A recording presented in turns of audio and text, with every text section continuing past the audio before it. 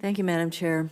Mr. Thompson, Ormat owns the Puna Geothermal Ventures plant on the Big Island of Hawaii. That plant provided about 30% of the power on that island until the lava from Kilauea volcano caused the plant to have to be closed in May of 2018. As you proceed to reopen the plant, I'd like your commitment that your company will engage with the local community and other interested people on the Big Island to hear their views and concerns. Through the chairman to Senator Hirono, you absolutely have my commitment to do that. Ormat has been proud to operate that facility for some time, and you know it's a compelling story because we often talk about energy security. Yes. And it's going to be an incredible success story to say that a geothermal facility surrounded by lava was able to weather the storm, come back online, and whether those geothermal projects are located in the Caribbean and hit by hurricanes, tropical storms, or sit through this, geothermal power plants are incredibly resilient. And so you have my full commitment as we go through the re-permitting process, as we build the new transmission lines. This is really going to be a story of rebirth, and I'm thrilled. I want to take a moment and thank our power plant manager, Jordan Herrera, our senior Hawaiian affairs, Michael Kalakini, for working with the community to bring the roads back, bring the power back up, and bring new life to the kind of eastern Pahoa area. Additionally, what's amazing about that story is that when that power plant went down, Hawaii had to replace 30% of its load, and it did that through the use of bunker fuel. And so the emissions went up, and as the chairman pointed out earlier, the price of oil at that point was quite high. And so I was shocked to hear the other day Helco say the price on ratepayers went up by $2 or $3. Well, that can be a stunning amount if you consume a lot of power. And so we are doing everything in our power to get that facility back up and operating, and frankly hope that the geologic activity that occurred will make those wells hotter, more productive, and maybe we'll see a greater product out of the Puna Geothermal venture moving forward. Thank you. I'd like to thank your company for your sensitivity to the views of the community as well as your commitment to the community. And I'd also like to join with Chair Murkowski in asking the Department of Energy to include all 50 states in its research, like the recent GeoVision report, especially as both Hawaii and Alaska have very significant geothermal sources. Can you nod your head? Yes, and the challenge there in GeoVision is that we were looking at 3 electric sector scenarios, and the model that we use for that is, unfortunately, a model of the continental 48 states. It is a modeling impediment, let's say. Well, can you fix that then going forward? Yeah, we can look into fixing that because yes, please do. Because our 2 states have significant volcanic activity, and as you well know, the entire Hawaiian chain is as a result of volcanic activity, and even as we speak, there is a new island being formed off the Big Island.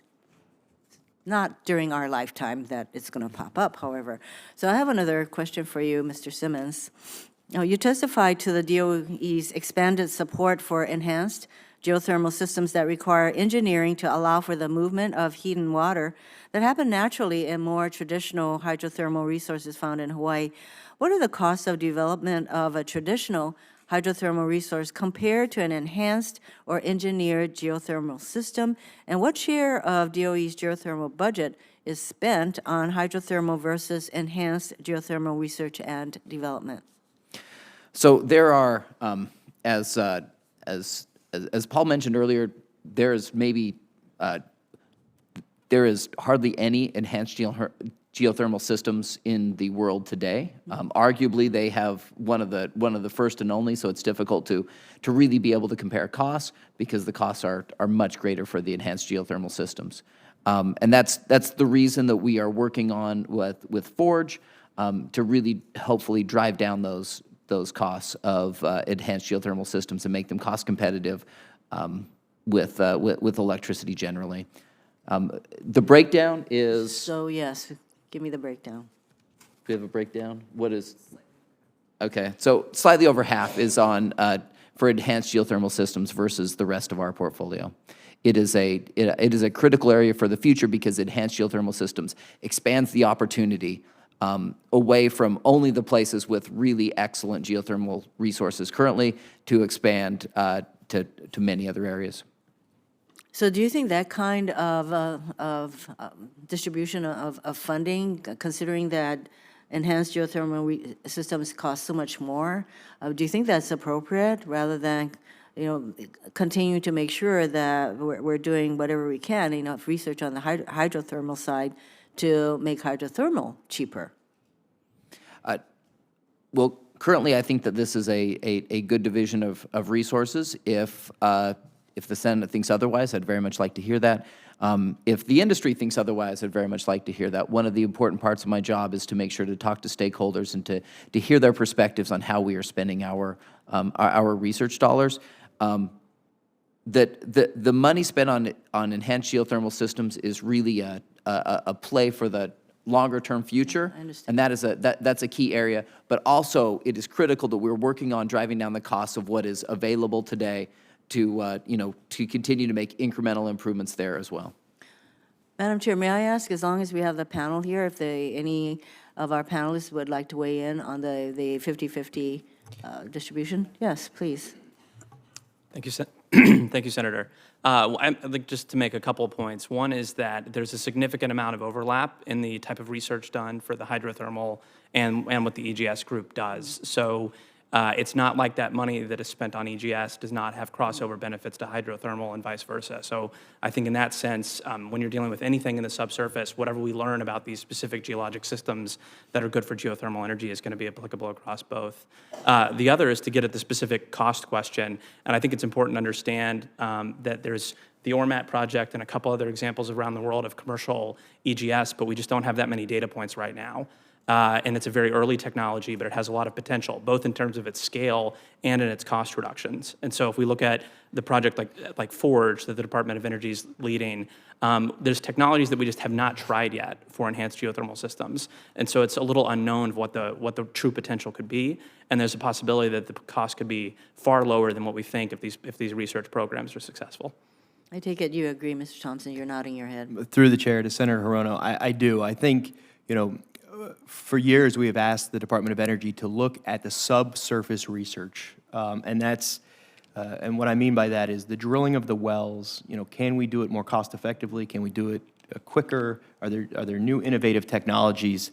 I often tell people I'm proud to work for the largest geothermal developer in the United States. We have a market cap of $3 billion.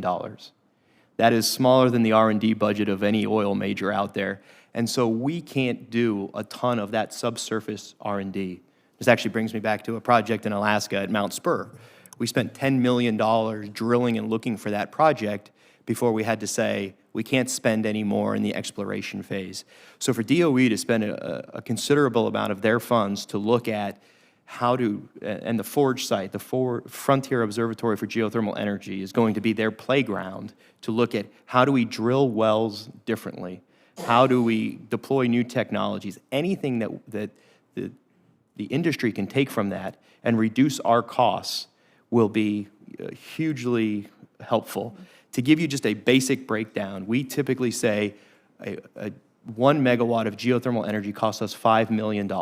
Half of that is subsurface drilling. If we can reduce that cost, that would be huge to the industry. I understand. Thank you for the clarification. Thank you, Madam Chair. And I just would like to note that for Hawaii, while we do have large geothermal sources, that there are cultural concerns relating to the use of geothermal in Hawaii. And I want to note that because I certainly do not want to make light of those concerns in Hawaii.